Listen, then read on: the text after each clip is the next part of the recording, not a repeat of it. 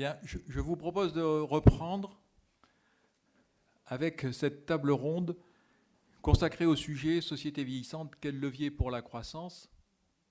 Je crois que la tenue de cette table est déjà un événement, parce que ne pas opposer vieillissement, processus de vieillissement et croissance est en soi une gageure, parce que si on refait un tout petit peu d'histoire, les économistes ont eu tendance quand même à avoir une vision très pessimiste des relations entre le processus de vieillissement et la croissance. Alfred Sauvy, un grand économiste, un grand démographe, a parlé de l'envahissement des vieillards qui menaçait les sociétés et qui a donné finalement naissance à une vision tout à fait pessimiste avec la baisse de la population active, la baisse de la productivité, la baisse de l'épargne, de l'investissement, etc. Et c'était plutôt synonyme donc de décroissance. Et là, on parle, et je pense que c'est important depuis ce matin, on parle de vieillissement et de croissance et de dynamisme économique. Alors j'espère que je ne serai pas démenti par la table ronde. À cette table, 7 personnalités au profil très divers. Guy Valencien est un médecin, professeur de médecine à l'Université Paris-Descartes et président du cercle Santé-Société. Claude Le Pen est professeur à l'Université Paris-Dauphine, spécialiste bien connu de l'économie de la santé. Et, oui, Gilbert, et il a publié d'ailleurs hier un article sur la dépendance dans le Figaro. Philippe Aghion, que vous connaissez, professeur d'économie à Harvard. Gilbert Sed, vous connaissez aussi, ils sont intervenus cet après-midi. Directeur à la Banque de France, professeur d'économie à l'Université de la Méditerranée. Francis Kramars, directeur du CREST à l'INSEE. Jacques Pelletan, que vous connaissez, donc chercheur associé à la chaire, transition démographique, transition économique. Et Jean-Luc Gaffard, qui est professeur d'économie à l'Université de Nice, Sophia Antipolis. Je vais tout de suite donner la parole à Guy Valencien. Je propose que les interventions ne durent pas plus de 6 minutes, et de façon à ce qu'on puisse laisser le débat avec la salle. On fera une interruption pour un débat avec la salle, un premier débat avec la salle, après l'intervention de Philippe Aghion. Philippe Aghion a une contrainte, il doit nous quitter impérativement à 6h15, donc il sera excusé, mais il pourra intervenir dans le débat, dans cette première série de questions et de débats avec la salle. Guy Valencien, je vous laisse la parole. Voilà, je mets juste ma montre pour être dans les 6 minutes. Moi, je fais partie des 14 millions de plus de 60 ans et je m'en trouve très bien. Je suis médecin, donc praticien, je vois beaucoup de personnes âgées et je pense que plus on vieillit, mieux on va. Et c'est vrai que cette notion de se dire qu'on est dans la déchéance, dans la dépendance, tout le mot, la retraite, en France on parle de retraite, vous savez que les Espagnols parlent de la jubilación. Je vais jubiler, je vais jouir quand j'arrête de travailler, c'est assez merveilleux. Nous, c'est la retraite, on se retire dans la forêt pour aller mourir. Et je crois qu'on a vraiment une vision extrêmement fausse de ce qui se passe. Et je suis là pour le dire en témoin quotidien des consultations, des opérations que je pratique sur les gens âgés. Et il faut bien comprendre qu'il y a quoi ? On est à 900 000 Alzheimer en France, on est à 100 000 Parkinsoniens sur 14 millions, c'est pas énorme, ça fait du 7,5%. Il y a pire. On s'aperçoit en même temps que l'on vieillit de mieux en mieux. Et on voit des hommes, des femmes de 80 ans, de 85 ans qui sont dans une vivacité intellectuelle exceptionnelle, même si le corps, effectivement, ne suit pas toujours. Mais ce n'est pas tellement le problème. Il y a bien sûr des handicaps qui apparaissent au fur et à mesure de l'âge, ne serait-ce que pour ce qui concerne la vue, l'ouïe, un certain nombre de sens. Mais on a les moyens techniques et scientifiques de plus en plus efficaces pour y parer. Et c'est pourquoi je suis convaincu que le vieillissement est une chance fantastique au point de vue de la recherche et du développement et de l'industrie dans nos pays, à condition qu'on accélère. Car vous savez qu'aujourd'hui, nous avons pris un retard certain. Si je prends par exemple la robotique avec ce qui se passe au Japon, ce pays où il y a beaucoup plus de vieux que nous avons dans les maisons de retraite parfois des personnels pas très faciles qui ne changent pas toujours les malades et qui ont une certaine dureté, il faut le dire. Et je pense qu'il serait préférable qu'il y ait des petits robots qui nettoient les malades et les petits vieux 3 fois par jour plutôt que de recevoir des claques 1 fois tous les 2 jours.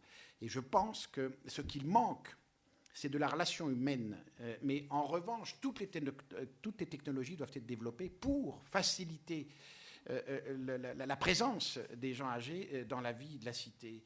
Ça va de la robotique, j'en parlais, à la domotique, au transport, à tous les domaines où l'on peut améliorer la prestation. On le sait bien que Internet, par exemple, est un outil fabuleux de relais social, notamment chez les vieux, et les hommes et femmes de ma génération sommes tous habitués à jouer du mulot, donc on sera véritablement des êtres qui joueront très tardivement avec ce système. Créons des ordinateurs simples, et au lieu d'avoir des machines compliquées dont on utilise 1/100 des fonctions. Donc je pense vraiment que nous devons poursuivre ce développement.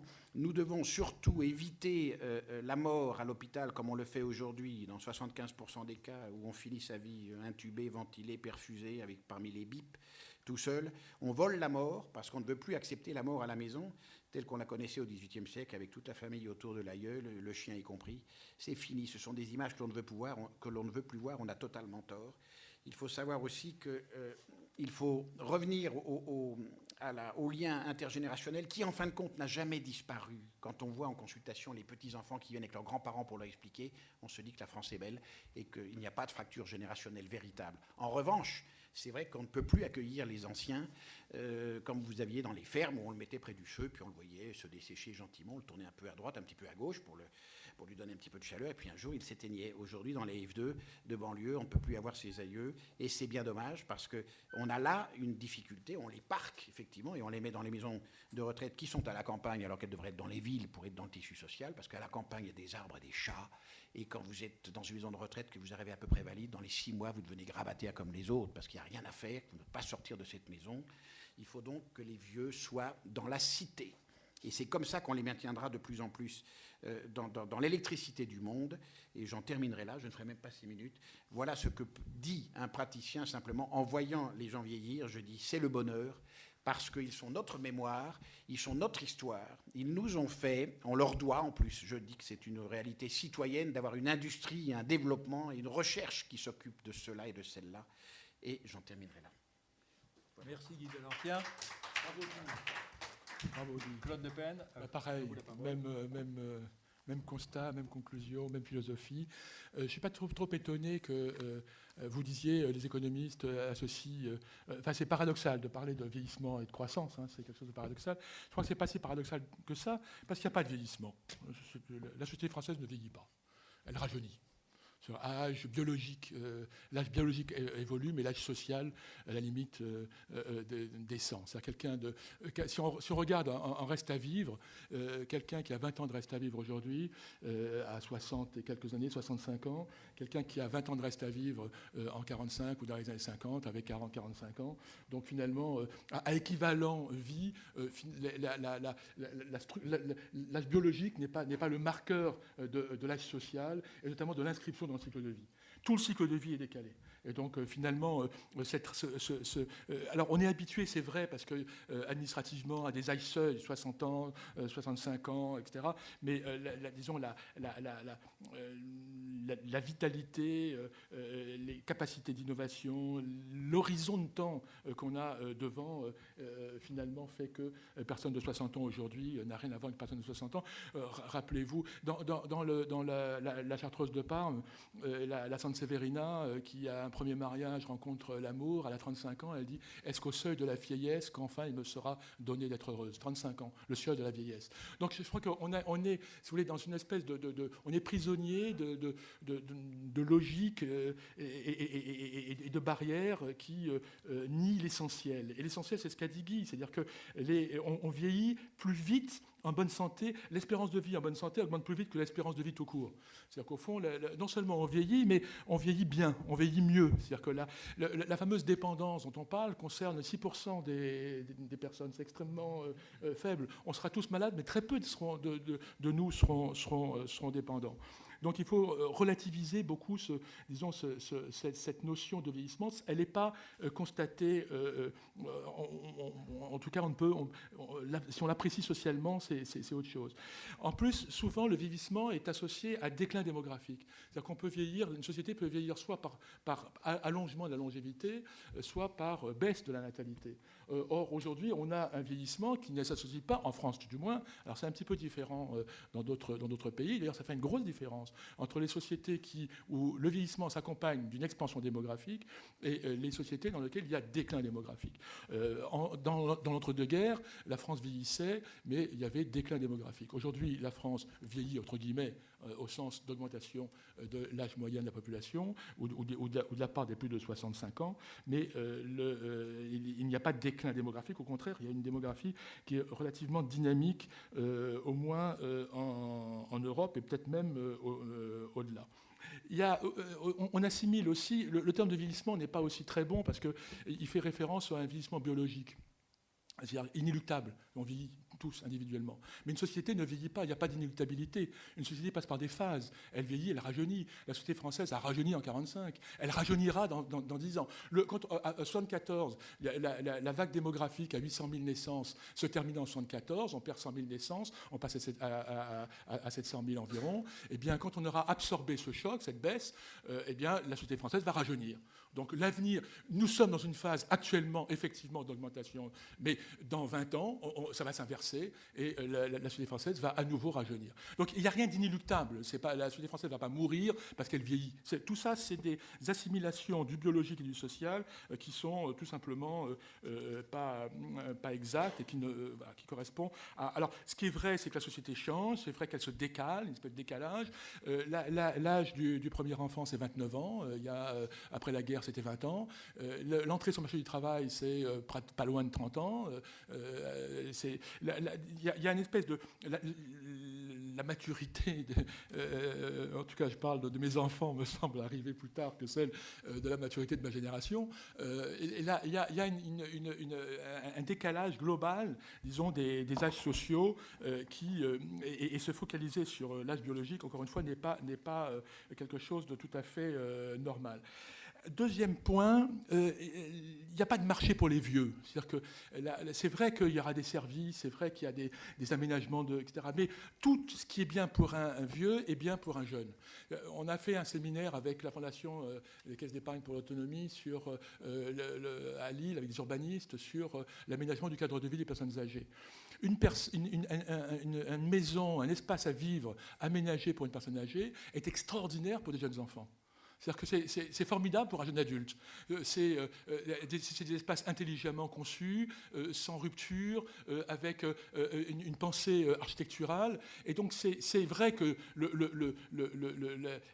l'impulsion est venue de la réflexion en personnes âgées, mais c'est extraordinaire. Ça a vocation à intéresser n'importe quelle personne qui voit ce type d'appartement conçu pour les personnes âgées un peu plus large, un peu plus circulant, un peu plus lumineux, un peu mieux conçu. Il a très envie d'y vivre. Il y a peu de services qui soient exclusivement centrés sur le vieillard décati auquel il faut apporter un support. Et de même pour les aides électroniques. Toutes les aides électroniques que développent en ce moment les opérateurs, les bips spécifiques, les GPS pour les personnes âgées qui tombent, ou les bracelets électroniques pour les patients d'Alzheimer qui ne savent pas rentrer chez eux, etc. Tout ça, ce sont des dispositifs qui sont susceptibles d'intéresser et d'être utilisés bien au-delà de la sphère stricte des personnes âgées. Alors, il y a enfin, dernier point, c'est vrai qu'on a un petit peu parlé auparavant, c'est vrai que il y a, disons, le vieillissement va créer un certain nombre de choses, d'emplois, etc. Peut-être pas autant, là, il faut voir un petit petit peu le lien entre la compétition des emplois, entre la destruction industrielle permanente, actuelle, et puis la création. Mais il y a aujourd'hui, et j'ai des témoignages, souvent des gens viennent me voir pour comme ça avoir des avis, etc. Mais il y a des initiatives extraordinaires de reconstruction d'un lien social autour des personnes âgées et de création d'emplois salariés, bénévoles, subventionnés ou pas, etc. Mais c'est pas simplement un emploi, c'est aussi la reconstruction d'un milieu et d'une circulation. J'ai plus le temps, mais je voulais vous parler d'une association que j'ai vue ce matin qui s'appelle Répit et Aide et Répit, et dont le but est de donner du répit aux parents de personnes âgées dépendantes, leur permettre d'aller en vacances, et avec un protocole très, très sophistiqué, et donc ils utilisent des retraités, ils utilisent un certain nombre de gens, et c'est une initiative locale. Ils ont créé une vingtaine d'emplois sur une petite commune du Puy-de-Dôme, et c'est tout à fait étonnant, disons, à partir d'un phénomène qui est considéré comme épouvantable, un parent en Alzheimer, voir que se met en place, se reconstitue un vrai vivier de sociabilité, et que ce sort un petit peu fatal, finalement, se retourne en chance pour la collectivité et pour la petite ville dont ils ont pris en quelque sorte la gouvernance. Dernier point, c'était pas donc mon dernier point, c'était mon avant-dernier point. Je suis assez frappé de voir quand on prolonge les courbes démographiques, mais on prolonge rien d'autre. C'est-à-dire qu'on fait l'hypothèse que la personne qui aura 80 ans dans 20 ans, c'est-à-dire moi, sera à technologie constante. Elle sera un vieillard comme est quelqu'un à 80 ans aujourd'hui. C'est-à-dire qu'on raisonne toutes choses égales par ailleurs. Or, tout va changer. Tout va changer. Par exemple, alors je ne vais pas vous faire le numéro de notre ami Laurent Alexandre, mais notamment la génétique. Et on est aujourd'hui il faut se projeter dans un univers à 20 ans où la personne âgée à 20 ans sera dans un univers qui n'a plus rien à voir avec celui qu'on a aujourd'hui. Ce qu'on fait, en gros, c'est qu'on prolonge des courbes, on accentue un phénomène démographique tout en gardant constant les autres paramètres du modèle. Et ça, c'est profondément inexact. En santé, c'est ce qu'on a fait. Si on regarde aujourd'hui les projections des dépenses de santé faites dans les années 70, on est stupéfait parce qu'on a précisément fait ça. On a précisément projeté, alors on a abouti à des choses assez bizarres par ailleurs, mais d'ailleurs très excessives. On a abouti à des 25%, 30% de PIB, etc., mais ce qui n'est pas vérifié. Donc la modélisation de l'effet du vieillissement doit prendre en compte des effets qu'on imagine mal, des effets technologiques, des effets de science, et notamment ces effets sur la génétique. Imaginez, est-ce que la maladie d'Alzheimer existera dans 20 ans ?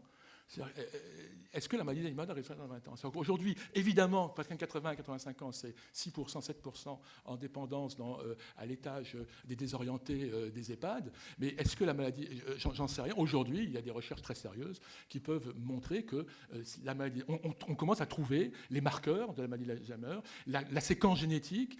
Et donc, il est tout à fait possible que cette espèce de projection de notre situation actuelle sur une population qu'on fait vieillir artificiellement de ligne en ligne d'un tableur Excel soit complètement à côté de la plaque. Donc, alors bien sûr, il faut le faire parce que c'est tout chose égale par ailleurs qu'on raisonne en économie, mais il faut savoir que c'est faux. Donc on fait des raisonnements, des projections dont la première chose dont on doit dire, c'est qu'elles sont fausses. Merci. Merci Claude Le Pen. Philippe Aghion, vous êtes déjà intervenu dans l'après-midi pour nous montrer toute l'importance des investissements de santé vis-à-vis des gains de productivité. Est-ce que vous avez d'autres réflexions sur les sources de croissance, de productivité dans nos économies vieillissantes ? Merci beaucoup. Donc d'abord, je veux rappeler, puisque donc le premier élément, c'est que des sociétés vieillissantes, ça reflète des sociétés où les systèmes de santé sont meilleurs.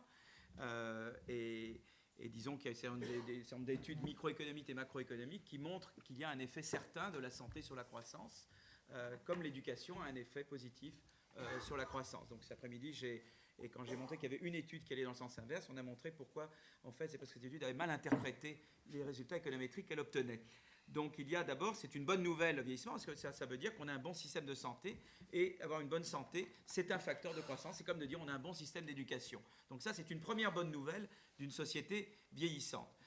Deuxième chose, on peut penser qu'il y a des facteurs qui font que, eh bien, une société vieillissante quel effet elle peut avoir sur l'innovation? D'une part, elle peut stimuler, parce qu'elle stimule la demande pour de l'innovation, pour toute série d'innovations. Ce qu'on appelle la taille de marché d'innovateurs potentiels, la demande pour de services augmente. Donc il y a place pour de nouvelles innovations, des services à la personne, ou toute une série de biens nouveaux ou de choses qui peuvent être créées parce qu'il y a une demande pour ces services-là. Donc en ce sens-là, c'est bon pour l'innovation. On peut dire que ce n'est pas forcément bon en termes de est-ce que les personnes plus âgées prennent plus de risques que les personnes plus jeunes. On a l'impression que les études ont l'air de montrer qu'en général, les populations plus jeunes, ou en tout cas les générations plus jeunes, prennent plus de risques. Donc ça, c'est un facteur dont on peut parler ensuite. Est-ce que ça augmente vraiment la dépense? Là, il y a l'étude de Brigitte Dormont qui montre qu'en fait, le gros de la dépense est sur les dernières années, quelle que soit la durée de vie. Donc d'allonger la durée de vie n'augmente pas vraiment le coût, parce que le gros du coût, c'est sur les 5 dernières années, quelle que soit la durée de vie, quoi. Ça, c'est une étude très importante, parce que sinon les gens ont le sentiment qu'en fait, il y a une espèce d'augmentation linéaire du coût avec la durée de vie. Et en fait, cette étude montre que ce n'est pas le cas. Alors maintenant, cela étant, donc moi grosso modo, je pense que c'est une bonne nouvelle, le vieillissement, mais on peut faire deux choses. On peut d'abord essayer d'améliorer son efficacité. On peut améliorer son efficacité, par exemple, en s'assurant que le vieillissement va se traduire par une vraie augmentation de la population active. Et pour ça, eh bien, il faut éliminer les barrières, les charges patronales minimisées et fiscalisées. C'est-à-dire, autant, moi je suis favorable à un impôt sur le revenu plus progressif, comme on a dans les pays scandinaves, où les gens payent vraiment leurs impôts, et pas, donc comme c'est dans le cas dans les pays scandinaves, ou avec également l'impôt sur le patrimoine, etc. Il y a une série de réformes, donc une réforme de la fiscalité, mais en même temps réduisant certaines charges patronales qui assureront qu'effectivement on a une augmentation de la population active consécutive à ce vieillissement. Par ailleurs, je crois qu'il y a tout un chantier qui est totalement délaissé, qui aurait dû, à ton avis, être abordé en même temps que la réforme des retraites, c'est le problème des changements de métier. En Allemagne, par exemple, beaucoup de gens vous disent « j'ai 2 carrières, j'ai mon métier jusqu'à 55 ans, mon premier métier, et après j'ai un autre métier ». Alors, est-ce qu'il y a des leçons à tirer de ce qui se fait en Allemagne ou dans d'autres pays sur des systèmes pour réallouer, qui permettent de réallouer et de faire en sorte que les gens puissent... Parce qu'en France, ils ont toujours la vision qu'ils vont travailler dans la même chose toute leur vie, quoi, qu'ils vont rester dans la même usine ou avec le même patron antipathique toute leur vie. Et donc, l'idée qu'on peut se retrain, rééduquer tout au long de la vie, pouvoir peut-être que les gens plus âgés puissent éduquer les plus jeunes, devenir des tuteurs pour les plus jeunes. Bon, je pense que ça, ce sont des idées intéressantes à développer. Je crois que toute cette réflexion-là, en France, peut-être Francis dira que ce n'est pas vrai, que ça a été très développé, mais moi, en tout cas, je ne suis pas au courant qu'il y a eu beaucoup de choses dans ce domaine.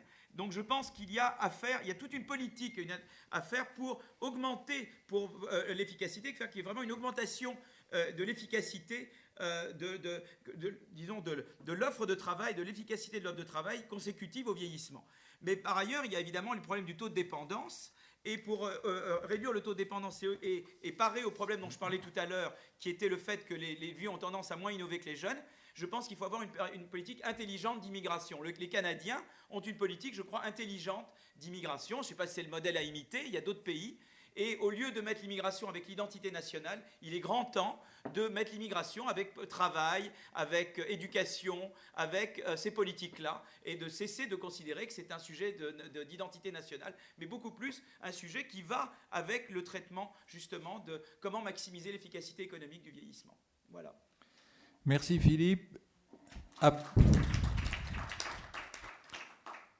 Après ces 3 interventions très stimulantes, je vous propose donc d'ouvrir un premier débat avec vous. Y a-t-il des questions, des commentaires sur ces 3 interventions?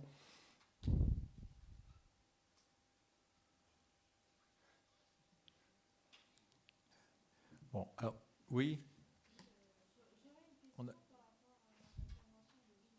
Un petit peu plus fort peut-être? Oui. Est-ce que le micro n'a pas dû disparaître? Oui. Tenez là. Alors, j'avais une question. Oh, ça marche pas. Approchez-vous. Alors. Alors, j'avais une question par rapport à l'intervention de Philippe Aghion. Par rapport, quand vous avez dit que, genre, quand on arrive à 55 ans, on peut avoir 2 métiers. Mais changer de métier. Mais encore faut-il que le deuxième métier ne soit pas simplement un métier genre de retraité, entre guillemets, c'est-à-dire tuteur, je sais pas, babysitter. Est-ce que donc dans ce cas, la formation tout au long de la vie ou quelque chose comme ça pourrait remédier à certains problèmes de super spécialisation des carrières? Voilà. Donc, Ou première de question. non-spécialisation des carrières. Donc, en réponse à ça, Ouais. je crois qu'il y a tout un aspect, même de l'éducation, même avant, c'est-à-dire qu'il faut, et je crois qu'il est important, par exemple, on s'est rendu compte, il y a eu des études en comparant, par exemple, l'Écosse et l'Angleterre, qu'en fait, il y avait beaucoup plus de flexibilité dans le système universitaire écossais que dans la partie anglaise de la Grande-Bretagne, et qui fait qu'en fait, les gens étaient plus flexibles après. C'est-à-dire qu'il faut que l'éducation forme à un métier, mais forme aussi à la flexibilité et permette aux gens. Et ça, c'est pas seulement vrai au vieillissement, mais je pense que ça se traduit également au fait que ça accroît la possibilité de se reconvertir, peut-être lié à une éducation tout au long de la vie qui permette cette reconversion. Mais je crois que ça, c'est tout un énorme chantier. Je suis sûr qu'il y a eu déjà beaucoup de contributions. Francis connaît sûrement mieux que moi. Mais dans ce domaine. Mais je crois que ça, c'est vraiment, il faut vraiment comment maximiser l'efficacité économique du vieillissement. Je crois que ça, c'est vraiment une question importante. Oui, Le Pen. Oui, tout à l'heure, je fais allusion à cette association qui fait des commandos pour aider les gens. Ces commandos sont formés, c'est-à-dire qu'ils sont employés à temps complet et entre les missions, il y a une formation continue. C'est-à-dire que la formation est assez sophistiquée. Il y a plus d'un mois de formation initiale. Ils sont en mission, on les récupère, un peu comme les consultants. Les travails de consultants dans les boîtes de consultants les plus hype, où les gens, entre les missions, se forment sur des sujets qu'ils choisissent. Eh bien, c'est un peu pareil. Et on peut... Pour aujourd'hui, compte tenu des... Alors, il y a des protocoles, tout ça, si vous voulez, il ne faut pas voir du tout cette aide et ces services comme étant des choses un petit peu compassionnelles, vieillots, etc. C'est assez organisé, c'est structuré, il y a des protocoles, c'est étudié, il y a une évaluation, il y a une équipe qui évalue pour savoir exactement les résultats, il y a un contrôle financier, il y a des subventions publiques. Donc, c'est aussi une professionnalisation de quelque chose qui relevait il y a peu uniquement du bénévolat et de l'associatif dans son sens le plus désintéressé. Ça reste associatif, ça reste du bénévolat, mais c'est du professionnel. On vit d'ailleurs aujourd'hui, avec Gates, etc., une période de bénévolat structuré, de bénévolat professionnel. Il faut déconnecter la notion d'amateurisme gentil avec la notion de désintéressement. Monsieur, oui, Jean-Hervé. Deux remarques. D'abord, Claude, le charity business de Bill Gates, en réalité, qui est un phénomène très intéressant à observer, mais n'a rien à voir avec une composante majeure du fonctionnement de l'économie française, qui est, pas de l'économie, de la société française, qui est le fait que le nombre d'associations par tête d'habitant français, en France, est le plus élevé du monde. Donc il y a un espèce de côté d'un dynamisme implicite qui est très compliqué à cerner, mais qui est une réalité. Maintenant, je reviens sur le sujet que tu as évoqué, Philippe, parce que évidemment, je suis d'accord avec ça, mais je me dis, on est, toi et moi, ministre de l'économie, enfin, on est en charge. Pendant la négociation sur les retraites, évidemment, tu te dis que l'argument qui a été employé à de nombreuses reprises, qui consiste à dire le gars, il prend sa retraite officiellement à 61,6, 61, mais il est en fait en dehors du circuit majoritairement à, on va dire, un peu plus de 58. Donc il est soit au chômage, soit ceci, enfin tout un système. Comment, concrètement, si on nous dit aujourd'hui, à l'heure qu'il est, on nous dit comment on résout ce problème, qu'est-ce que ça veut dire? Alors il y a une première logique qui consiste à fiscaliser, pénaliser fiscalement le fait qu'on met le mec à la porte. À partir de 55 ans, ça a été le cas, ça a été fait, etc. Est-ce que ça a été favorable? J'en sais rien, je ne crois pas. En tout cas, pas dans les résultats. Alors tu te dis, il faut, on va les garder. C'est vrai qu'il y a un petit côté compassionnel, qui d'ailleurs n'a aucune raison d'exister, puisqu'il n'existe pas dans les autres pays. Donc il n'y a pas de raison que le gars, la femme ou l'homme de 60 ans en France soit plus, j'allais dire, sorti du monde réel qu'il l'est dans les pays voisins. Laissons tomber les pays scandinaves qui nous font toujours, qui sont toujours notre exemple parce qu'ils sont loin et en réalité qu'on ne les connaît pas bien, donc on les utilise. C'est toujours l'histoire, le Danemark. Parlons de pays à côté, l'Allemagne, l'Italie, l'Espagne, ça, ils sont plus utilisés. Comment on fait? Alors on dit, ils vont servir de tuteurs. Bon, c'est une solution, mais on ne peut pas imaginer, si je prends la tranche d'âge 54, 55, 64, je double le nombre de personnes, ça fait beaucoup de monde, hein. Ils ne peuvent pas être tous tuteurs. Comment, au jour d'aujourd'hui, si on a une mesure à proposer, alors il y a effectivement, par exemple, pour les fonctionnaires, c'est évident. Mais attends, c'est une question, je suis perplexe dans cette affaire-là, c'est tout. Je me dis, le fonctionnaire, l'instit, je vois bien que l'instit ou le prof à 55 ans ou 50 ans, il n'a pas par-dessus la tête.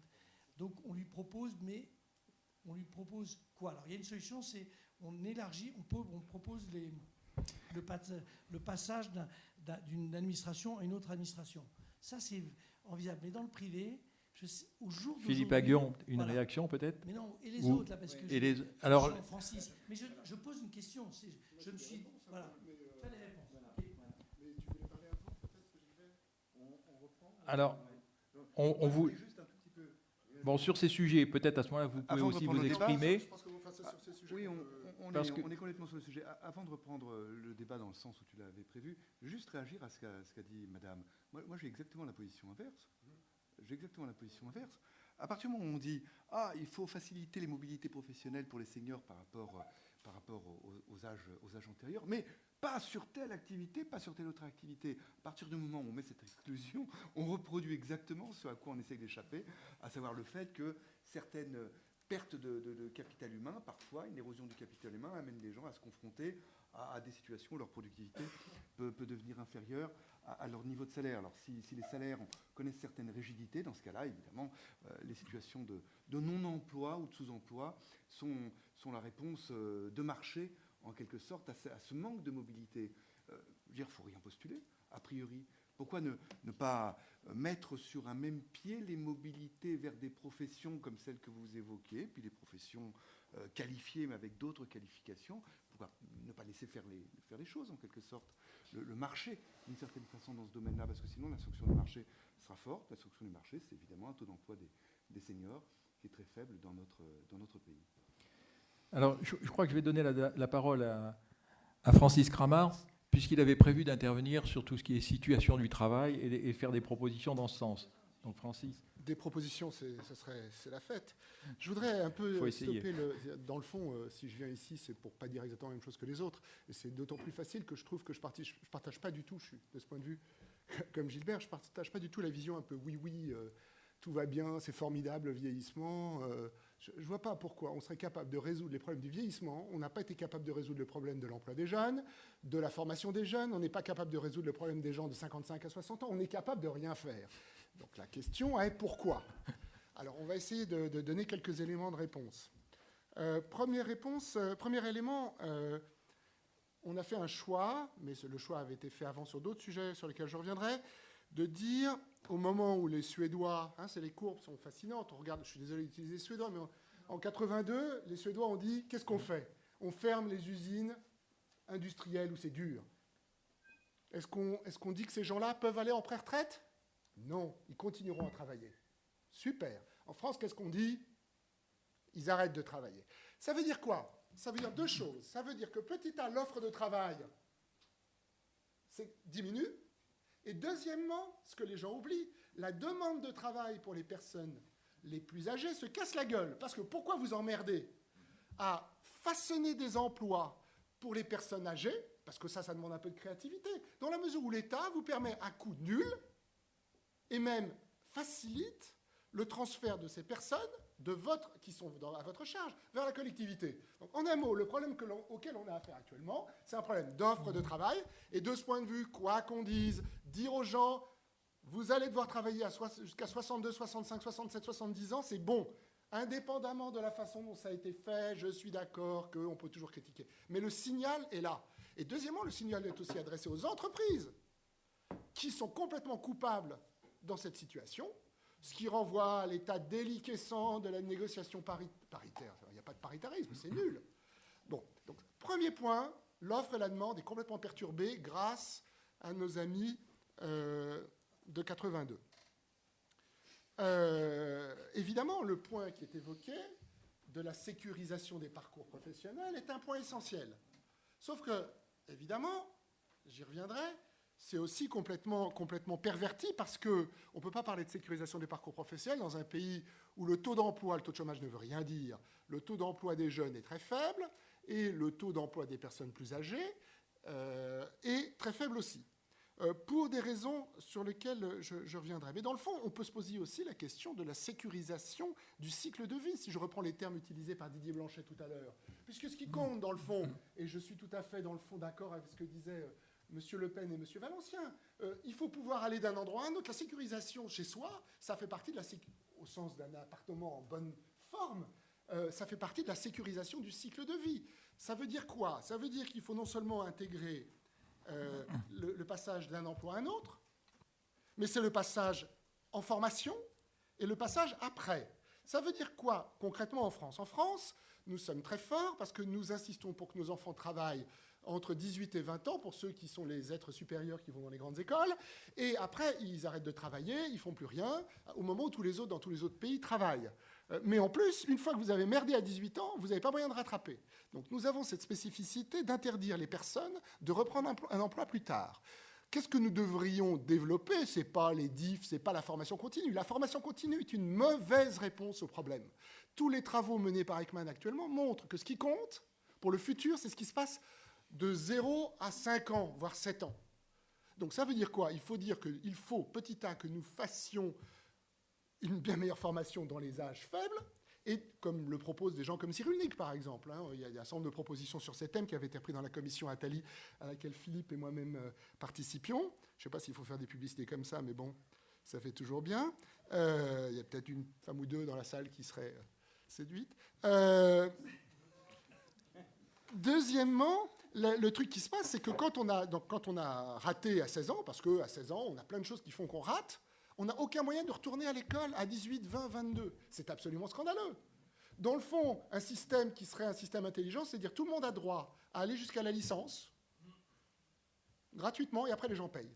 Ils ne payent pas tout de suite, ils payent comme dans les pays normaux, plus tard, en fonction de ce qu'ils gagnent. Donc si quelqu'un a bien réussi grâce à son MBA ou je ne sais pas quoi, il paye, pas nécessairement tout de suite, mais plus tard, beaucoup plus que quelqu'un qui, par exemple, a fait la même longueur d'études comme un archéologue qui gagne moins, mais dans le fond... Donc il faut des surcoûts liés à la taxation sur les... Donc ça, c'est un point très important. Et il faut que les gens puissent retourner à l'école, mais pas pour la formation continue pendant 3 jours. Ça, c'est uniquement pour les gens qui ont été bien formés. C'est si on a réussi... La France se spécialise dans la non-formation des gens. On a environ 700 000 personnes, Claude Le Pen le rappelait chaque année, dans une génération, on a environ 150 000 qui sortent sans diplôme du système scolaire. Un autre point, donc il y a 2 points qui sont intéressants. Et peut-être le dernier provisoirement. Alors, non, je vais dire et après, 2 points. on te redonnera la parole. Je vais en profiter, puisque je veux que mon camarade Philippe m'entende. Sinon, il va partir. Jusqu'à maintenant, je vous rappelle, tu dis, on est vraiment d'accord. Oui, mais dis pas ça, parce que je ne sais plus ce que je veux dire maintenant, je suis dans la merde. C'était le deuxième point. Oui, je pense qu'il y a le problème en France, dans le fond, pour bien comprendre d'où provient le chômage, en partie des jeunes et des plus âgés, c'est les lobbies. Les lobbies, c'est les rentes. Donc on est dans une société de rente où, dans le fond, on va taper un peu sur M. Valencien parce qu'il est sympathique. Il faudra lui laisser la réponse. Bien sûr, mais il ne pourra pas dire qu'il n'y a pas de numerus clausus en France. Le numerus clausus, c'est une solution formidable pour les gens en place et qui est scandaleuse pour tous ceux qui voudraient rentrer. Et pourquoi empêcher quelqu'un qui a été bien formé, je suis sûr qu'on forme bien à l'Université française en médecine, d'exercer un métier qui n'a pas besoin d'être celui de médecin, mais d'avoir une compétence de médecin qu'il peut exercer dans une société de conseil, etc. Des exemples comme ça. Quand on parlait des transports tout à l'heure, vous aviez parlé des transports, monsieur Valencien, mais on n'a pas le droit de faire concurrence à la SNCF sur une ligne qu'elle dessert. Imaginez que pour les personnes âgées, on ait besoin de les transporter de Paris à Lille d'une manière telle que ça soit plus agréable que la SNCF, parce qu'on peut pas, vous savez, moi, ma vieille maman, elle essaie d'aller à la SNCF, elle peut plus. Elle a des problèmes de vision, dégénérescence maculaire des 2 yeux, elle est en pleine forme intellectuelle, elle peut plus. Vous n'avez pas le droit de faire concurrence à la SNCF sur une ligne qui la dessert. Paris-Lille, vous pouvez pas le faire. Vous pouvez pas construire. L'innovation est en France complètement bridée par un ensemble de rentes, à la fois des lobbies professionnels, mais aussi de l'éducation nationale. Francis, si tu permets, on va laisser répondre Non, mais vous pouvez... Guy Valencien. L'éducation nationale qui a un effet délétère sur la capacité à donner des diplômes. Juste une question, juste une remarque. D'accord sur tout ce que tu dis, c'est très... Mais la question, en réalité, difficile, je veux dire, c'est toujours, au fond, intellectuellement aisé de décrire une situation qui ne nous satisfait pas. C'est ce que tu viens de faire. tu l'as fait très brillamment et je suis d'accord. Mais la question, elle est, aujourd'hui, tu as dit une chose positive, c'est un bon signe, je le partage ce sentiment, d'avoir annoncé qu'il fallait travailler parce qu'on crée en réalité des conditions d'une offre non polluée. Mais qu'est-ce qu'on fait aujourd'hui pour faire que le taux d'emploi des plus de 55 ans s'améliore sans que ce soit du domaine de la compassion ni du tutorat, qui a le don de m'exaspérer. Voilà. C'est facile, tu supprimes les barrières à l'entrée. La directive service, si elle avait été appliquée, qu'on avait compris ce que c'était, mais qu'évidemment, c'est toujours la même chose. Quand il y a typiquement les emplois de service, pourquoi ça ne marche pas? Parce que les associations, on est content d'avoir plein d'associations. C'est un problème d'avoir trop d'associations. Les associations sont inefficaces, ne sont pas évaluées, elles servent dans la formation professionnelle, elles ne sont pas évoluées, on ne sait pas si elles fonctionnent. Ces associations, il faut des professionnels. Or, toutes ces associations se sont ont créé des barrières à l'entrée, avec la complicité en l'occurrence de l'éducation nationale, pour que ces marchés ne se développent pas. Merci. Merci Francis. Guy Valencien, est-ce que vous voulez répondre? Non, je ne vais pas répondre. Je vous peux donnez dire. vos commentaires. Non, sur le plan, sur le plan du numerus clausus, moi je suis au contraire de ceux qui considèrent qu'il faut qu'il y ait très peu de médecins en France, puisque entre l'infirmière bac plus 3 et nous-mêmes bac plus 12 ou 14, il n'y a personne. Donc il faut injecter un maximum de jeunes dans des métiers intermédiaires niveau master. Et là, il y a une manne extraordinaire. En revanche, la question que posait Jean-Hervé, je n'ai pas vraiment de réponse, sauf que, est-ce que vous, les économistes, vous pouvez me dire ce que vaut le monde associatif en termes de marché, en termes de... Qu'est-ce que ça rapporte? Quand on voit le 1 400 000 associations françaises qui vont des 3 boulistes de Cajar jusqu'au club de foot les plus riches, qu'est-ce que c'est? C'est une économie considérable. D'avoir des grands-parents qui ont des yeux qui on a remis, des coronaires que l'on a dilatés, des hanches que l'on a réparées et qui repartent en gardant les enfants et qui sont dans le monde actif, qu'est-ce que ça vaut, ça, comme économie? Vous l'avez calculé ou pas? Sur le travail informel dans l'Alzheimer, environ 9 milliards. 9 milliards d'euros, alors que la journée de solidarité produit 2 milliards. Donc et 9 milliards sur un coût total de 22 milliards. Sur un coût de 22 milliards. Donc c'est vraiment conséquent. Mais qui n'est pas, dans le coût public et qui n'est pas compté dans le coût de... Juste un point sur l'optimisme ou le pessimisme. Au fond, nous, on était optimistes en ce sens qu'on disait que, mais ça confirme, que le vieillissement ne rajoute pas au problème. C'est-à-dire que le vieillissement ne va absorber, n'est pas le trou noir dans lequel tous les problèmes sociaux de la société vont être absorbés et va être le problème unique, etc. Au fond, ça ne change rien. On va se retrouver avec un marché du travail à gérer, avec une école à gérer. Au fond, ça ne change pas grand-chose, de toute manière. Bon. Et donc, au fond, cette espèce de point aveugle, de point noir, d'attracteur de la catastrophe sociale est nul. La catastrophe sociale est attirée, mais pas par ça. Elle est attirée par l'état du système éducatif, par la rigidité du marché du travail, par le manque de solidarité, par l'idée qu'on se fait de l'immigration, etc. Il y a toute une série de dysfonctionnements sur lesquels le vieillissement n'ajoute ni ne retranche rien.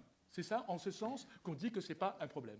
Merci. Juste par rapport au truc, je veux juste un mot rapide. Par rapport à la conclusion du rapport Attali. Dans le rapport Attali, on disait en gros, il faut déréglementer les marchés et il faut améliorer l'éducation, d'accord? Et on le disait aussi dans le rapport sur les leviers de la croissance qu'on avait fait avant. Bon, donc ça, et donc là où je suis d'accord avec Francis, c'est de dire, notre réponse à ta question, c'est de dire, ça c'est déjà les éléments. Mais peut-être qu'il y a des choses, peut-être qu'il y a des trucs en termes de réforme fiscale aussi à mettre, tu vois, que je disais tout à l'heure, pour permettre, tu vois, pour encourager d'autant plus. Ça, c'est quelque chose que dans le rapport Attali, nous n'avions pas fait. Et ce qu'il n'y a pas non plus dans le rapport Attali, on n'a pas beaucoup parlé de politique d'immigration. Et là, il y a peut-être des choses aussi à trouver. Il y a peut-être aussi un peu de benchmarking à faire. Moi, en général, quand je regarde une réforme, je regarde dans les pays où ça marche bien, où ils ont réussi. Et je regarde ce qu'ils font. Tu vois, et peut-être que dans les pays, je ne sais pas, et là justement, ce que j'ai essayé de faire pour l'université, pour Pécresse, j'ai essayé de regarder ailleurs où est-ce qui se faisait de bien, tu vois. Et je pense que pour répondre sérieusement à ta question, donc d'abord les éléments de base, c'est ceux que Francis a dit, déréglementation, flex sec, éducation. Bon, je pense qu'il faut rajouter fiscalité et immigration. Comment tu le fais? Et là, c'est là que le benchmarking est très intéressant. Puis après, tu regardes, tu peux adapter à ton pays ou pas. Mais moi, je pense que c'est comme ça que j'approche, méthodologiquement, que j'approcherai le problème. Par rapport à ça. Sur la première, d'abord, la réponse est là. Je veux dire, elle est tout à fait intéressante, la déréglementation, etc. Je rajoute juste un point. Si on veut remettre les gens au travail, alors là, ça ne touche pas uniquement les vieux, mais il faut de manière générale l'incitation. On dépense 50 milliards de RSA, prime pour l'emploi, allocation logement. qui sont sur des terrains qui se recoupent, sur des périodes de temps qui sont totalement inhomogènes, c'est-à-dire que la manière dont la location logement est calculée se fait sur 2 ans auparavant, enfin tout ça n'a ni queue ni tête. Voilà, juste pour dire, un instrument notamment d'incitation au travail qui est en tout cas à observer très près, pas d'évaluation, aujourd'hui pas de regard sérieux sur le thème, sauf ce qui avait commencé à être fait pour le RSA par Bourguignon. Sur le sujet de l'immigration, c'est vrai que ce matin c'était très convaincant, il y a vraiment une table ronde très très convaincante où il y a eu pas mal d'hypothèses qui ont été faites, mais on voit bien qu'une part, aujourd'hui on considère que l'immigration 100 000 personnes par an, la doublée est sûrement quelque chose à regarder de très près parce qu'elle est sur tous les aspects, y compris sur les aspects innovation pour des raisons d'âge, de ceci, de cela. Okay. Mais juste Alors, un dernier mot. Sur vous la êtes déréglementation, il y a quand même des éléments. J'ai fait des travaux récents avec Cahuc, Algan et Schleifer et d'autres pour montrer qu'il y a quand même un lien entre la déréglementation et la confiance. Et que pour pouvoir, par exemple, tu disais qu'en directive service, c'est vrai qu'en France, il y a des grosses barrières à ça. Les gens ont peur, quoi. Et donc, je crois que safety net, ou mettre en place des éléments qui donnent confiance aux gens pour qu'ils adhèrent davantage à la déréglementation, ça aussi, c'est des choses que nous n'avions pas encore pleinement considérées. Nous avons commencé à considérer dans le rapport Attali, mais qu'à mon avis, il faut approfondir pour légitimer la déréglementation, et notamment celle des services qui, pour le moment, en France, ne l'est pas. Et ça, notamment, les travaux qu'on a fait avec Pierre et Yann vont dans ce sens. Il y a d'autres gens qui ont fait d'autres travaux comme ça. Dire que la confiance et la déréglementation, c'est deux choses qui vont ensemble. Et ça, c'est quelque chose qu'il faut bâtir. C'est un socle qu'il faut... Voilà, Merci Philippe. Je crois que vous êtes obligé de nous quitter. Encore merci pour votre participation. Et je propose de reprendre le cours de la table ronde, puisqu'il y a 3 personnes qui ne se sont pas encore exprimées. Donc je voudrais donner la parole à Jacques Pelletan sur le sujet du capital humain, et puis ensuite Gilbert Sette et Jean-Luc Gaffard. Assez rapidement, donc sur la question de l'offre et de la demande de biens et services. Sur la demande, c'est très compliqué de voir comment va évoluer la structure de la demande. Comme l'a dit Claude Le Pen, en réalité, dès lors qu'on souhaite prolonger les courbes démographiques, on se heurte à des problèmes puisque les technologies peuvent changer, c'est vrai, et souvent on en est ramené à faire un choix pour analyser l'évolution de la structure des marchés, choix qu'on est bien obligé de faire dans un monde fortement incertain, entre prolonger les courbes d'un autre côté et peut-être faire de la science-fiction d'un autre côté. Quelques mots sur l'offre à présent.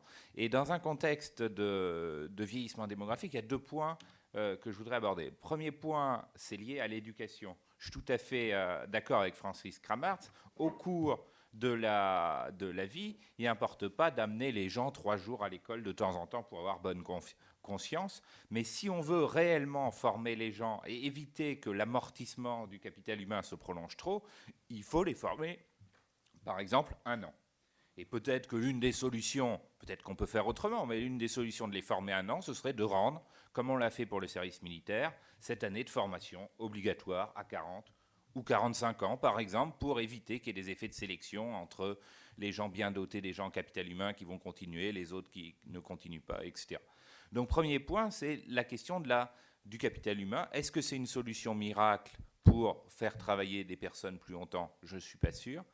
Si on souhaite que ça améliore les choses, quelle est la temporalité de l'accumulation humaine et quel est aussi le type de capital humain qu'on va souhaiter transférer? Est-ce qu'on transfère des connaissances de type généraliste? Est-ce qu'on envoie les gens à l'école pour faire de l'anglais, pour faire des maths, ou des connaissances de type beaucoup plus spécifique, notamment liées à leurs industries ou à leur secteur? C'est une véritable question.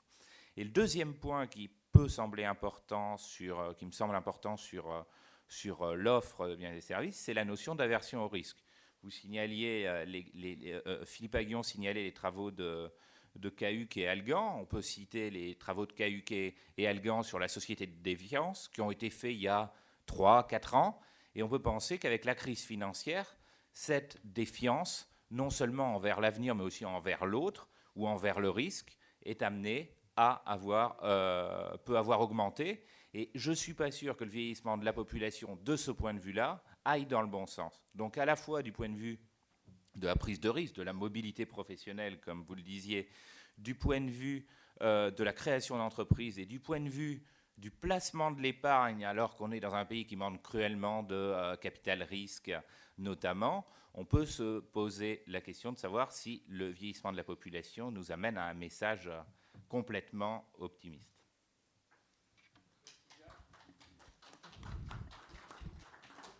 Gilbert Sette, il était prévu que tu interviennes sur Oui, mais la crise pour nous rappeler que je vais être- le vieillissement se produit dans Je une vais situation de crise. changer parce que ça serait Mais- complètement en décalage par rapport à la discussion qui vient d'avoir lieu. Alors, je voudrais juste compléter cette Peut-être discussion. tes réactions, oui. Discussion sur 2 points. D'abord, la question du financement de la protection sociale, et puis ensuite le problème des rigidités de marché qui a commencé à être évoqué. Alors, d'abord, sur le financement de la protection sociale, c'est évidemment un problème majeur, accentué par la crise. Si on considère que la crise va se traduire, entre autres, par une inflexion peut-être de tendance, mais en tout cas une marche, en quelque sorte, dans la croissance des pays industrialisés, dont le nôtre. Ce financement de la protection sociale, il est grandement facilité, évidemment, si on augmente le taux d'emploi de la population en âge de travailler. Du côté des seniors, quand même, moi j'ai le sentiment que beaucoup de choses ont été faites. Sur les 15 dernières années, il y a un tas de signaux qui ont été modifiés. Il y en a qui viennent d'être modifiés encore il y a quelques semaines. Ces choses-là, ça n'a pas une efficacité, évidemment, immédiate, ce changement de signaux, sur l'offre de travail des seniors. Il y a encore beaucoup de choses à faire, bien évidemment, entre autres pour faciliter, on l'a évoqué, les mobilités professionnelles. Néanmoins, le sentiment, c'est que ce problème est considéré de façon sérieuse, conflictuelle peut-être, mais sérieuse, et de façon récurrente depuis 15 à 20 ans. Il y a un segment dans lequel il y a des sous-activités complètes quand on se compare à d'autres pays industrialisés, c'est les jeunes, ça a été évoqué. Et sur ce plan-là, ce qu'on peut déplorer, c'est que rien, et absolument rien ne soit fait pour augmenter le taux d'emploi des jeunes, pour faciliter peut-être en particulier les cumuls emploi partiel et études, qui ne sont pas du tout un facteur de baisse de résultats dans les études, au contraire, loin de là, comme le montrent pas mal d'études. Donc sur ce plan-là, peu de choses ont été faites. Mais pour aller plus loin, il existe encore dans notre pays, comme dans tous les pays d'ailleurs, il ne s'agit pas de pointer la France du doigt, mais chez nous, ça prend évidemment des formes spécifiques, comme dans d'autres pays, d'autres formes spécifiques. Il y a des incitations, des signaux qui sont envoyés aux agents pour les sortir du marché du travail. Il y en a, et il y en a des très très nombreuses. J'en donnerai qu'un exemple, mais on pourra en donner une grande quantité. On dépense dans un pays comme la France 3 milliards d'euros par an, par exemple, pour encourager les parents de jeunes enfants à sortir du marché du travail. Ça s'appelait l'APE avant, maintenant c'est quelque chose, un dispositif qui est fondu dans la page, mais le passage de l'APE de rang 3 à l'APE de rang 2 aurait, d'après des études quand même assez sérieuses, je pense à celle entre autres de Piketty, aurait sorti environ 150 000 personnes, principalement des femmes mères de jeunes enfants, du marché du travail. Donc c'est des choses quand même colossales qui continuent à exister, des incitations qui coûtent cher et par lesquelles on essaie de sortir des gens du marché du travail, des incitations négatives. Pour revenir maintenant sur le deuxième point, les rigidités de marché, je suis complètement d'accord avec ce qui a été dit. Il y a de nombreuses rigidités qui brident les gains de productivité dans nos pays, donc qui sont préjudiciables au financement de la protection sociale, surtout à moyen long terme. Pour illustrer ça d'un chiffre, il faut bien voir que le rattrapage des niveaux de productivité structurelle entre des pays comme la France, mais c'est pareil pour les autres grands pays européens et les États-Unis, ce rattrapage est fini. Maintenant, il y a une distance depuis une quinzaine d'années qui se prend d'un demi-point à 1 point par an. Et cette perte de productivité d'un demi-point à 1 point par an qui s'accumule, eh bien évidemment, c'est une perte en termes de facilité de financement de la protection sociale.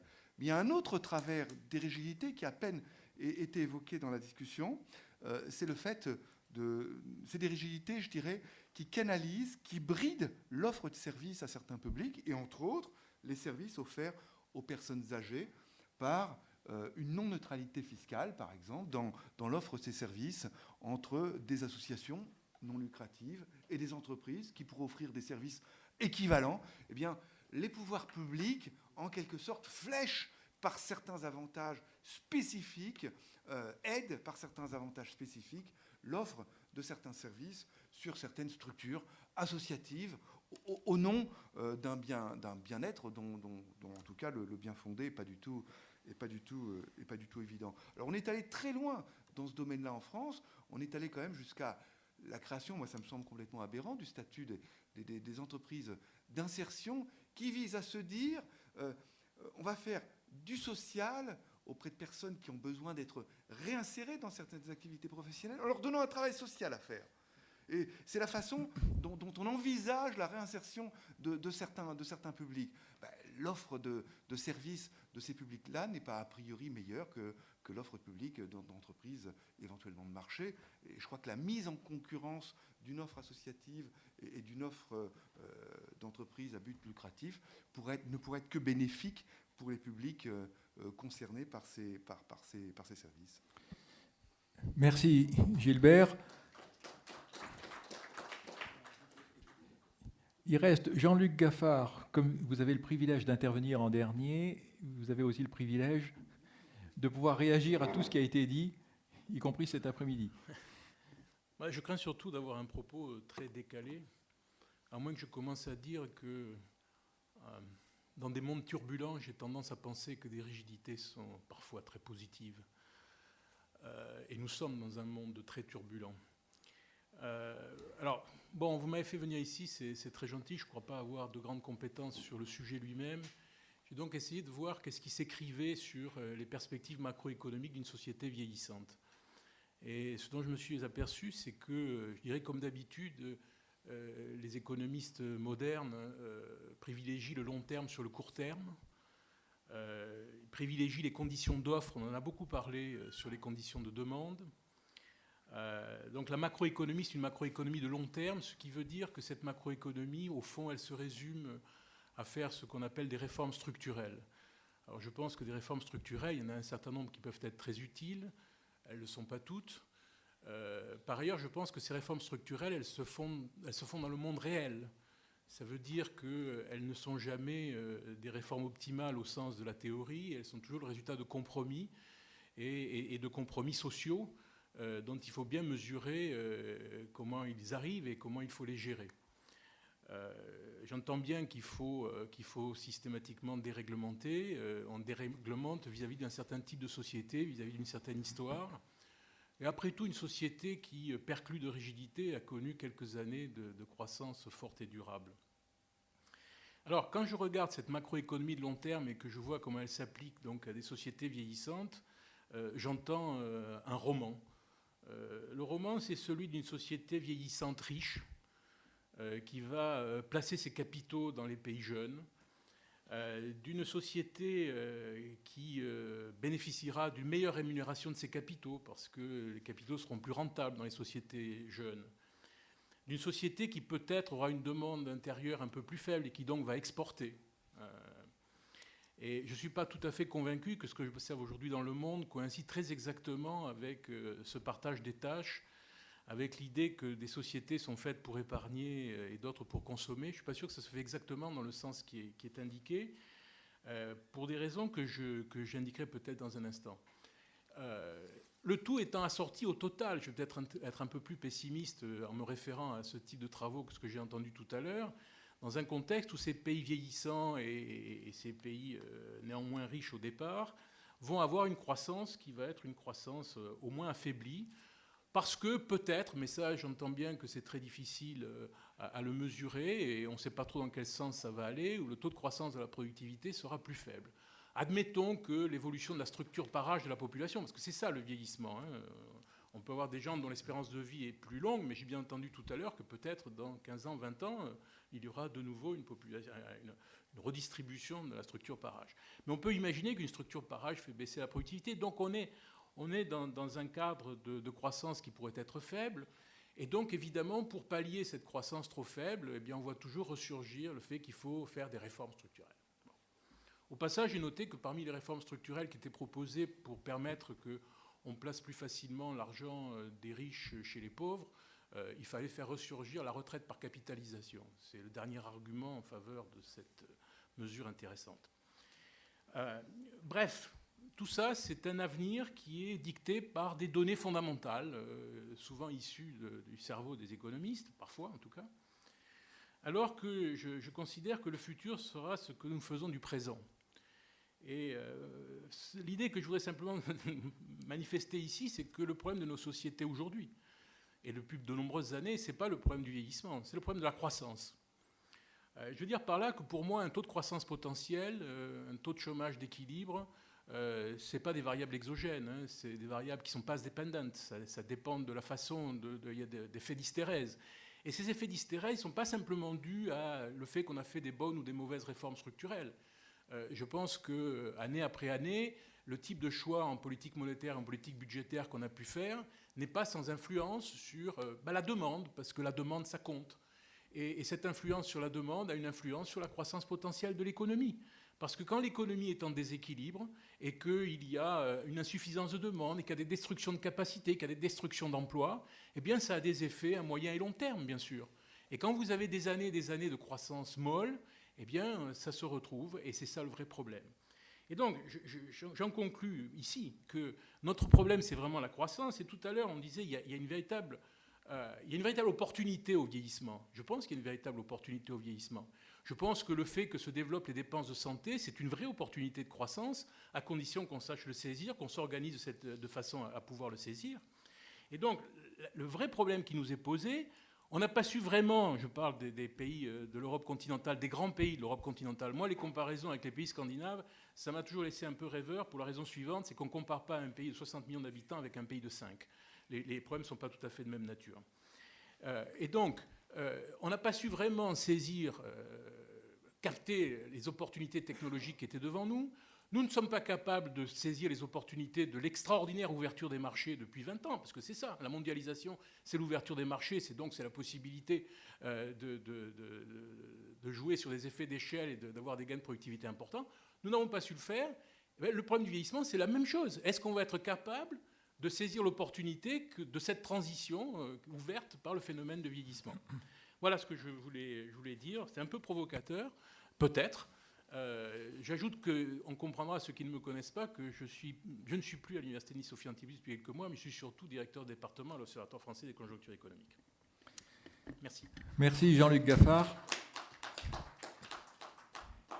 On va peut-être prendre quelques questions pour terminer cette table ronde. André. D'accord. Oui, André. Oui, voilà, bon. Par rapport à cette table ronde passionnante, alors j'avais une première question surtout par rapport aux deux premiers intervenants. Donc, avec la conclusion de Claude Le Pen, finalement, le vieillissement ne change pas grand-chose. Ça, c'est quelque chose d'important, sauf évidemment le financement de la protection sociale qui a été marqué par les âges. Donc là, c'est quand même assez énorme. Bon. Pas la santé, la retraite. La retraite, oui, mais bon. La retraite surtout, oui. Mais d'un autre côté, ça change quand même quelque chose, puisqu'on est appelé à se prolonger, à essayer de vivre plus longtemps, tout ça, etc., éviter de brûler la chandelle par les deux bouts. Moi, je suis pour un retour à l'insouciance, qu'on ne dise pas aux gens toujours de se préoccuper de vivre plus longtemps, qui brûlent un peu la chandelle par les deux bouts, puisque maintenant, en fait, se prolonger devient l'optimum. Moi, je ne trouve pas du tout que c'est l'optimum. Je trouve qu'il vaut mieux mourir bien que mourir vieux. Enfin, bon, peu importe. Et ça, je voudrais que ce soit mis en avant. La deuxième question que j'ai, mais si je suis trop long, on m'interrompt. Hein. J'ai une deuxième question, je peux la prendre, la deuxième question? Deuxième question, mais courte. Courte. Alors, c'est les histoires de préférence. J'ai vu chez Philippe Aguillon et chez Jacques Pelletan que la version au risque augmente avec l'âge. Bon, ça, c'est vrai, mais assez peu. Ça ne joue pas beaucoup, ça n'a jamais été établi quand on fait des mesures directes des préférences, quand on est transversal, c'est beaucoup plus difficile en panel. Les préférences, il y a deux choses qui comptent, je passe sur la stabilité, mais une grande stabilité, c'est l'hétérogénéité des préférences individuelles. Mais en fait, il y a une grande stabilité, et en fait, les variations selon l'âge ont lieu au début. C'est-à-dire que c'est les conditions de formation, si on était né dans la crise économique et tout, mais à partir de 40-50 ans, elles n'augmentent plus. Deuxièmement, il y a un lien assez compliqué entre les préférences et les comportements. Exemple simple, qui a un retrait, c'est qu'une aversion pour le risque plus élevé chez les retraités s'accompagne d'une possession d'actions, toutes choses égales d'ailleurs, plutôt supérieure. Donc le lien entre préférence et comportement n'est pas direct. Et dernier point, si on fait une comparaison France-États-Unis, on dit que les États-Unis prennent plus de risques parce qu'effectivement, ils n'ont pas le matelas de la protection sociale. Les résultats obtenus avec des mesures plus ou moins valables montrent qu'il n'en est rien. Il y a seulement une plus grande hétérogénéité des préférences, des aversions à l'égard du risque aux États-Unis par rapport à la France. Voilà. Merci André. Claude Le Pen. Et Guy Valencien, si vous voulez Très réagir. rapidement, juste caricaturellement, sur le risque. Effectivement, le vieillissement, c'est une modification des proportions. Ce n'est pas une disparition des jeunes. Et donc, si on est dans une salle, un jeune et un vieux, pourquoi le jeune aurait-il moins d'incitation à investir par rapport à la situation où il est à un jeune et deux vieux? C'est-à-dire qu'à partir du moment, tant qu'on a des jeunes, on investira. Et ce n'est pas la proportion, disons, de jeunes par rapport au... C'est le nombre de jeunes qui compte, plus que la proportion des jeunes. Et donc, encore une fois, je ne crois pas... Et on peut même avoir aussi un effet inverse. Je ne vais pas raconter ma vie, mais après avoir créé et vendu une entreprise, je recrée une entreprise avec des collègues. Les banquiers nous font bon accueil, avec 10 ans d'espérance de vie active. Je veux dire.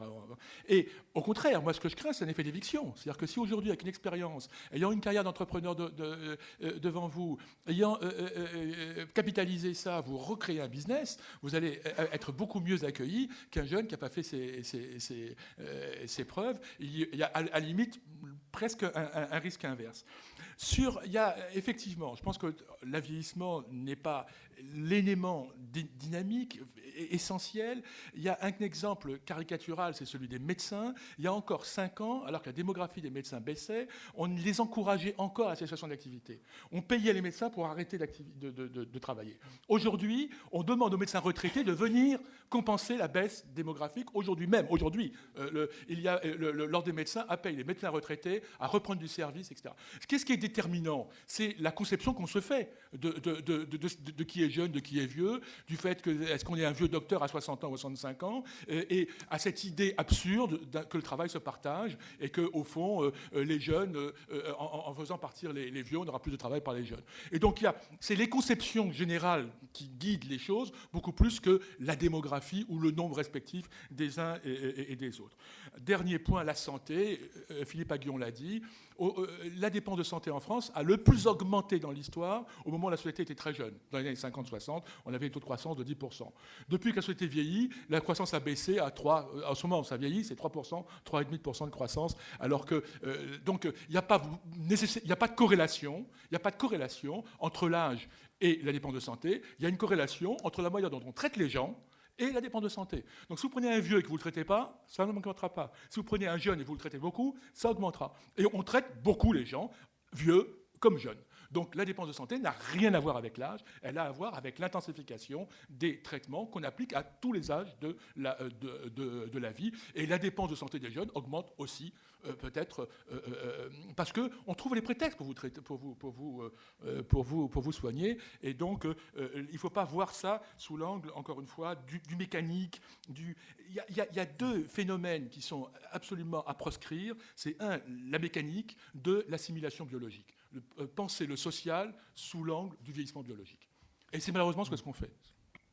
Merci. Guy Valencien, vous vouliez réagir? Oui, non, juste un mot sur ce que vous avez dit en posant la question. Je suis assez d'accord avec vous, nous sommes dans une société de plus en plus difficile à vivre, au sens où on n'a plus le droit de rien faire. Plus le droit de rien faire, ça devient insupportable. Si on regarde le fumeur, c'est une absurdité. Le fumeur économiquement est un bien considérable, puisqu'il fait vivre le système de santé dans lequel je vis et qu'il abrège sa retraite de 4 ou 5 années. Donc il faut fumer. En plus, ça paye l'État. Donc je ne comprends pas quand on nous dit qu'économiquement, fumer coûte. C'est absurde. C'est un bénéfice. Il faut le reconnaître comme ça. Certains assureurs anglais ont appelé les fumeurs en disant « Venez chez nous, vous aurez une prime. Vous allez nous coûter moins cher. » Donc voilà, on est dans les absurdités conceptuelles qui aboutissent à ce qu'il faut prendre 5 fluides par jour, ne plus faire l'amour, ne plus boire, ne plus manger. On est dans une société de fous ensemble. Je suis d'accord avec vous. Merci. Reprenons un peu de liberté d'être. Ça fera du bien à tout le monde. Merci. Vu l'heure, je crois qu'il est temps de clore cette table ronde. Je voudrais remercier vivement tous les intervenants qui ont su rendre ce débat tout à fait intéressant et passionnant. Encore merci.